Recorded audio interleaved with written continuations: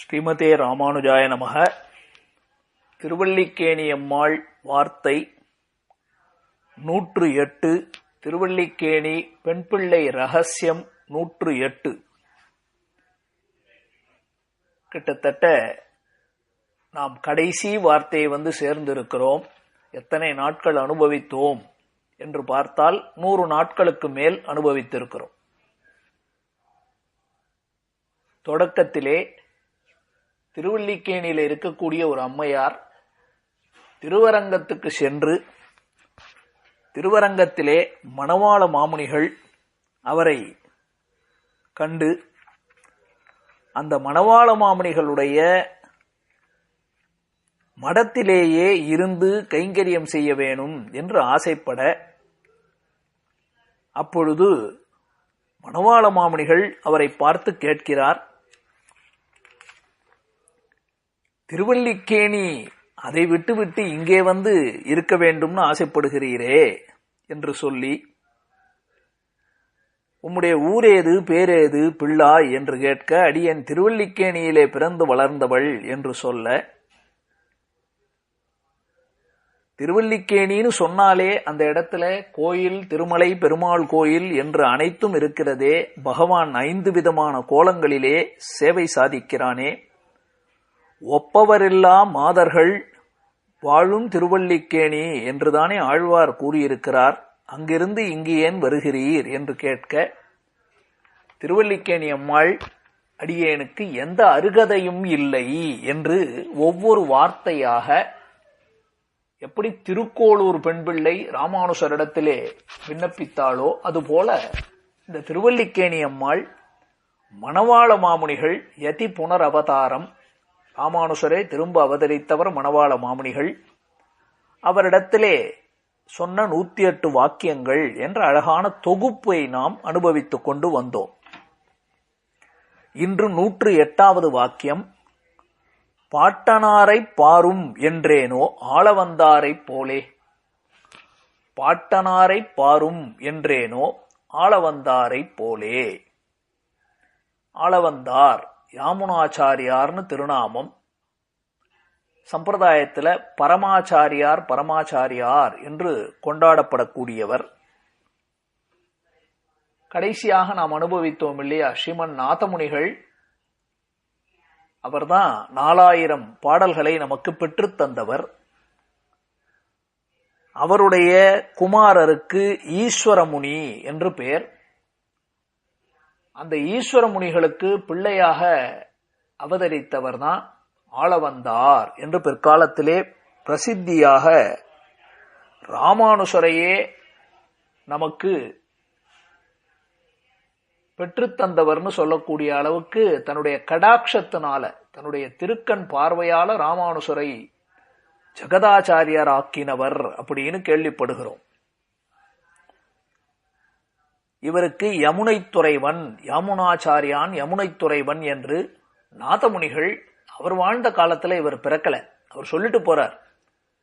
பெரிய மேதாவி இல்லையா, ஞானி இல்லையா நாதமுனிகள். அவர் சொல்றார், என்னுடைய பேரன் ஒருவன் இங்கு பிறப்பான் இந்த வம்சத்திலே, அந்த பிள்ளைக்கு யமுனைத்துறைவன், கீழே பார்த்தோம் இல்லையா கோவிந்தபுரம் அப்படின்னு விருந்தாவனத்துல ஒரு கோயில், அங்க பெருமாளுக்கு கைங்கரியம் பண்ணார்னு, அந்த யமுனைத்துறைவன் என்ற பெயரை வைத்து அவருக்கு அனைத்து ஞானத்தையும் கொடுங்கோள் என்று தன்னுடைய சிஷ்யனான உய்யக்கொண்டாருக்கு சொல்ல, உய்யக்கொண்டார் காலமும் முடியும் பொழுது அவருடைய சிஷ்யர் மணக்கால் நம்பிகள் வர, அவர் காலத்துலதான் இந்த ஈஸ்வர முனிகளுக்கு ஒரு பிள்ளை பிறக்க, அந்த பிள்ளைக்கு யாமுனாச்சாரியார்னு பேர் வைத்து விட்டார்கள். ஆனால் அந்த பிள்ளை சிறு வயதிலேயே தான் படிக்கக்கூடிய ஆச்சாரியன் அவனிடத்துல எல்லாவற்றையும் கற்றுக்கொண்டு, அந்த ஊர்ல ராஜா, அந்த ராஜாவினிடத்துல ஒரு வித்வான் இருந்தான், ஆக்கியாழ்வான் அப்படின்னு, ரொம்ப அகங்காரத்தோடு இருந்தான்.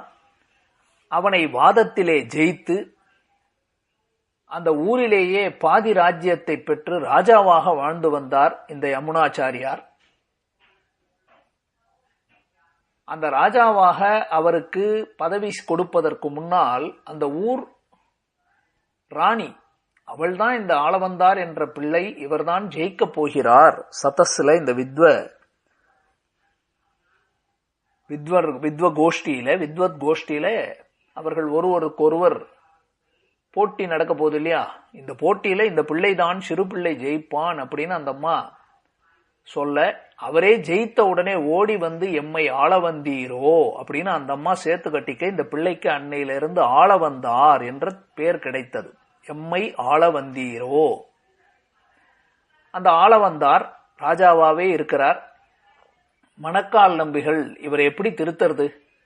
இவருக்கு உயர்ந்த தனத்தை கொடுத்துட்டு போயிருக்காரே நாதமுனிகள், இது எப்படி இவருக்கு கொடுக்கறதுன்னு பார்த்து கொண்டிருந்தவர் தூதுவள கீரை என்ற கீரையை கொடுத்து கொண்டு வந்து ஒரு நாள் அந்த கீரையை நிறுத்த, என்ன இந்த கீரை வரல இன்னைக்கு அப்படின்னு கேட்க, ஆள வந்தார்ன்ற ராஜா கேட்க, யாரோ ஒரு சாமி வந்து தினமும் கொடுத்துட்டு இருந்தார் கீரை, இன்னும் வரல சாமி அப்படின்னார். அவர் தினமும் வந்து கீரை கொடுத்தாரா? ஏன்? என்கிட்ட ஏதோ எதிர்பார்க்கிறாரோ, அடுத்த முறை வந்தா என்கிட்ட கூட்டு வாங்கோன்னு சொல்ல, மணக்கால் நம்பிகளும் போக, உம்மையே ராஜா கூட்டு வர சொன்னார் அப்படின்னு அழைத்து செல்ல, இப்ப ஆள வந்தார் மணக்கால் நம்பிகளை பார்த்து கேட்கிறார், ஐயா நீர் ஏன் தினமும் கீரை கொண்டு வந்து கொடுத்தீர்? உமக்கு ஏதாவது சொத்து சுகம் தனம் ஏதாவது வேணுமா? வறுமையில இருக்கீரா? கஷ்டப்படுறீரா?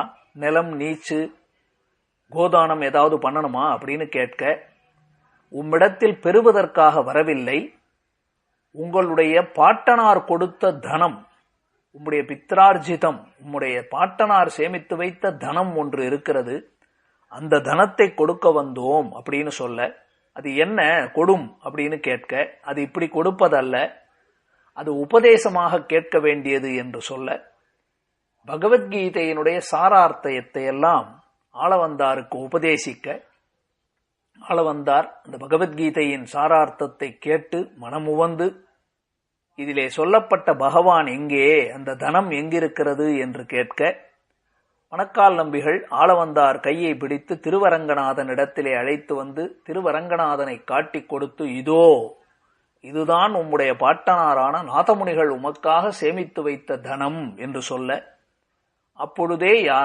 இந்த ஆளவந்தார் தன்னுடைய ராஜ்ய வியாபாரங்களை எல்லாம் விட்டு சந்நியாச ஸ்வீகாரம் செய்து கொண்டு ஸ்ரீ வைஷ்ணவ சம்பிரதாயத்துக்கே மிக உயர்ந்த தலைவராக மணக்கால் நம்பிகளிடத்திலே பகவத்கீதையினுடைய அர்த்தங்கள், துவயார்த்தம் போன்ற உயர்ந்த ரகசிய அர்த்தங்களை எல்லாம் பெற்றுக்கொண்டு 4000 திவ்ய பிரபந்தம் பாசுரங்களை எல்லாம் பெற்று அதனுடைய பொருளையெல்லாம் பெற்று திருவரங்கநாதனுக்கே கைங்கரியங்களை செய்து கொண்டு ஒரு பெரிய மட்டாதிபதியாக திருவரங்கத்திலே வாழ்ந்து வந்தார் ஆளவந்தார். பல சிஷ்யர்கள் இவரிடத்திலே, பிரதானமாக 5 சிஷ்யர்கள், பெரிய நம்பி, பெரிய திருமலை நம்பி, திருக்கோஷ்டியூர் நம்பி, திருமாலை ஆண்டான், ஆழ்வார், திருவரங்கப் பெருமாள், அரையர் என்று ஆச்சாரிய பரம்பரைகளை எல்லாம் வைத்து உயர்ந்த உபதேச மார்க்கத்தால எல்லாரையும் திருத்தி பணிகொண்டு ஆழ்வார் பாசுரங்களை பிரசித்திப்படுத்தி கொண்டு வாழ்ந்திருந்தார். அந்த சுவாமி செய்த பல கிரந்தங்கள் இருக்கலாம். அதுல இன்றைக்கு நமக்கு கிடைக்கக்கூடியது என்ன என்றால் ஸ்தோத்திர ரத்னம். எப்படி மந்திர ரத்னம்னு சொல்றோமோ, புராண ரத்னம்னு சொல்றோமோ, மந்திர ரத்னம்னா துவயமகா மந்திரம், புராண ரத்னம்னா ஸ்ரீ விஷ்ணு புராணம், அதுபோல ஸ்தோத்திரங்களுக்குள்ளே ரத்னம் என்று பகவான் ஸ்ரீமன் நாராயணனை குறித்து முதலில் சரணாகதி அனுஷ்டித்த அற்புதமான சமஸ்கிருத பிரபந்தம்தான் இந்த ஸ்தோத்திர ரத்னம் என்ற பிரபந்தம். 65 ஸ்லோகங்களை கொண்டது, உயர்ந்த பாசுரங்கள். தன்னுடைய பாட்டனார் நாதமுனிகளுக்கு முதலிலே தனியனை அருளியவரும் இவர்தான். நமோச்சிந்தாத்புதா கிளிஷ்ட ஞான வைராகிய ராசையே என்று தொடங்கி நம்மாழ்வாருக்கு மங்களாசாசனம் என்று, பராசர பட்டருக்கு மங்களாசாசனம், இப்படியெல்லாம் செய்து கொண்டு தன்னிடத்திலே ஆக்கிஞ்சன்யம் அனன்ய கதித்துவம் அதனையெல்லாம் வெளியிட்டு பகவானுடைய திருவடித்தாமரைகளே கிருபையா கேவலம் ஆத்ம சாத்குரு அபராத சஹசிர பாஜனம் பதிதம் பீம பவார்ண ஓதரே அகதிம் சரணாகதம் ஹரே கிருபையா கேவலம் ஆத்ம சாத்குரு என்று பகவானிடத்திலே சரணாகதி அனுஷ்டிக்கக்கூடிய ஸ்லோகங்கள். இதற்கு ஸ்தோத்திர ரத்னம் என்று பெயர். மிக உயர்ந்த கிரந்தம். வியாக்கியான சக்கரவர்த்தியான பெரியவாச்சான் பிள்ளை இதற்கு அற்புதமான வியாக்கியானங்களை அருளி இருக்கிறார். இதை தவிர பெரிய பிராட்டியார் விஷயமாக சதுஸ்லோகி என்று 4 ஸ்லோகங்கள், காந்தஸ்ய புருஷோத்தமஹா பணிபதி செய்யா ஆசனம் வேதாத்மா விஹகேஸ்வரஹா என்ற ஸ்லோகங்கள், அதையும் அருளி இருக்கிறார். பகவத்கீதைக்கு கீதார்த்த சங்கிரகம் என்று 32 ஸ்லோகங்கள், கீதையினுடைய ஒரு அத்தியாயம், அதனுடைய 6 அத்தியாயங்களை கூடி அதனை பிரித்து ஷட்கங்களாக பிரித்து அதற்கு என்று தனித்தனியாக கீதார்த்த சங்கிரகம் என்று சங்கிரக ஸ்லோகங்களை எல்லாம் கொடுத்தவர் ஆளவந்தார். அவர் சரணாகதி அனுஷ்டித்தார்னு பார்த்தோம் இல்லையா? ஸ்தோத்திர ரத்னம் என்ற கிரந்தத்துல நாம என்ன பண்ணணும்? ஒரு இடத்துக்கு போனோம் அப்படின்னா நம்ம பரீட்சை செய்கிறவர்களிடத்துல என்னிடத்தில் கேள்வியை கேளுங்கள், என்னிடத்துல இருக்கக்கூடிய நல்லது கெட்டதை பார்த்து முடிவு செய்யுங்கள்னு தானே சொல்லணும். இவர் என்ன சொல்றாரு பாருங்கோ, இவ்வளவு உயர்ந்த ஆச்சாரிய சிரேஷ்டர், ஞான பக்தி வைராகியங்கள் நிரம்ப பெற்றவர், அப்பேற்பட்டவர் ராமானுசரே இவரை சொல்லும் போது எப்படி சொல்லுகிறார்னா, எத் பதாம்போருக தியான வித்வஸ்தா அசேஷ கல்மஷா வஸ்துதாம் உபயாதோகம் யாமுனேயம் நமாமிதம். என்ன சொல்றார்? இந்த ஆளவந்தாருடைய திருவடி தாமரைகளை தியானிப்பதனாலேயே அனைத்து பாபங்களும் அழியப் பெற்று இன்னைக்கு நான் ஒரு பொருளாக இருக்கிறேன் என்றால் அது யாமுனாச்சாரியாராலே அப்படின்னு ராமானுஜரே சொல்றார். அப்பேற்பட்டவர் கடைசியில பெருமாள் இடத்துல வந்து நிற்கும் போது என்ன சொல்லணும்? என்னை பார்க்காதேன்னு சொல்றார். என்ன பார்க்காதே, என்னுடைய பாட்டனார் நாதமுனிகள், அவரை பார்த்து அனுக்கிரகம் புரிவாய் என்று கேட்கிறார்.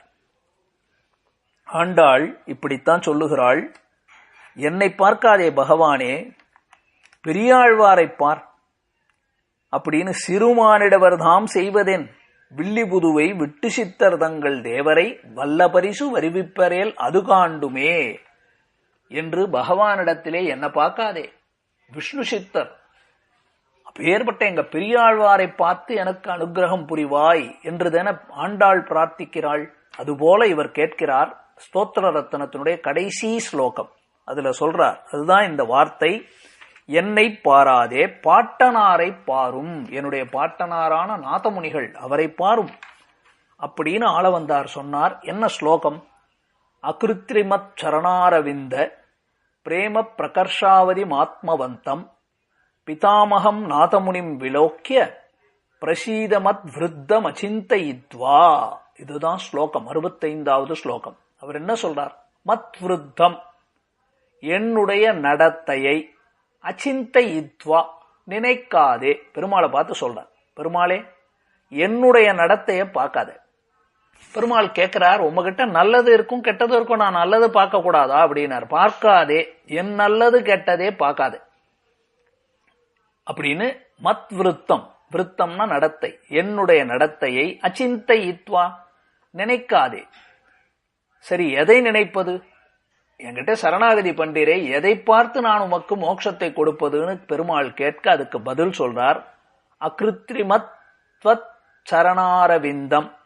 அகிருத்ரிம, அகிருத்ரிம என்றால் கிருத்திரிமம் இல்லாத, அப்படின்னா இயற்கையான அன்பு, வஞ்சக புத்தி எல்லாம் கிடையாது. அகிருத்ரிமத்வத், உன்னுடைய சரணாரவிந்த, சரணாரவிந்தம் அப்படின்னா உன்னுடைய திருவடி தாமரைகளால், செயற்கையானது அல்ல. அகிருத்திரிமம் அப்படின்னு சொன்னா, கிருத்திரிமம்னா செயற்கை, அகிருத்திரிமம் அப்படின்னா இயற்கையானது. இயற்கையாகவே உன்னுடைய திருவடி தாமரைகளிலே பிரேம பிரகர்ஷ அவதிதம்னு சொல்றார். அப்படின்னா மேலான அன்பிற்கு எல்லை நிலமாயிருப்பவர்னு அர்த்தம். அவதி அப்படின்னா எல்லை, பிரேம பிரகர்ஷ அவர்த்தின்னா மேலான அன்பு, மிகவும் உயர்ந்த பக்தியை உடையவரான யார் இவர்? ஆத்மவந்தம். அப்ப பகவானே உன்னுடைய திருவடி தாமரைகளிலே எல்லையில்லாத அன்பு கொண்டவரும், ஆத்மவந்தம் ஆத்மஸ்வரூபத்தை உணர்ந்தவரும், மிக உயர்ந்தவர். எனக்கு ஆத்மஸ்வரூபத்தை நான் உணரல, என்னுடைய பாட்டனார் ஆத்மஸ்வரூபத்தை நன்றாக உணர்ந்தவர். அதுக்கப்புறம் சொல்றார், அவர் யார்? உமக்கும் அவருக்கும் என்ன சம்பந்தம் அப்படின்னு கேட்டார். பிதாமகம், நான் செய்த ஒரே புண்ணியம் என்ன தெரியுமா? குறை ஒன்றுமில்லாத கோவிந்தா. ஆண்டாள் என்ன சொன்னாள்? உந்தன்னை பிறவி பெருந்தன்னை புண்ணியம் யாமுடையோம்னு சொன்னா இல்லையா? அது போல இவர் சொல்றார், எங்க தாத்தா, என்னுடைய பாட்டனார், பிதாம் அகம், எனக்கு பாட்டனார் ஆகிய யார் அவர்? நாதமுனிம், நாதமுனிகளை விலோக்கிய, அதுதான் அழகான வாக்கியம், கடாட்சித்து.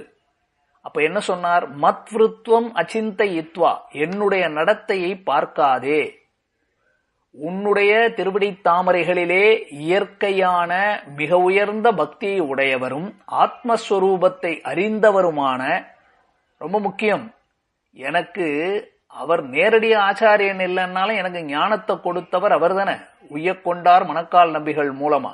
ஒரு பக்கம் ஆச்சாரியன் என்ற ஞானத்தையும் கொடுத்திருக்காரு, இன்னொரு பக்கம் தேக சம்பந்தம் இருக்கே, அந்த தேக சம்பந்தம்னா எனக்கு பாட்டனாருமாகிய அவருடைய வம்சத்துல பிறந்தேன், அவருடைய பேரன் என்பதை மாத்திரம் பார்த்து அப்பேற்பட்ட நாதமுனிகளை விலோக்கிய, அவரை கடாட்சித்து, அவரை பார், என்னை பார்க்காதே, அவரை பார்த்து அவருடைய பேரன் என்று எனக்கு அருள் புரி.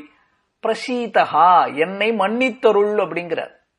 நீ எனக்கு அருள் புரி, என்னை மன்னித்து விடுவாய், என்னை பார்த்து அல்ல, என்னுடைய நடத்தை பார்க்காதே, உன்னுடைய திருவடி தாமரைகளிலே அதிமாத்திர பிராவண்யம் உடையவராய் ஆத்மகுணம் நிறைந்தவரான எனக்கு பாட்டனாரான நாதமுனிகள், அவரை கடாட்சித்து எனக்கு அருள் புரிவாய் அப்படின்னு அந்த ஸ்தோத்திரத்தை கடைசியில என்னை பார்க்காமல் என் பாட்டனாரை பார்த்து செய்யும் அப்படின்னு கேட்டார் இல்லையா?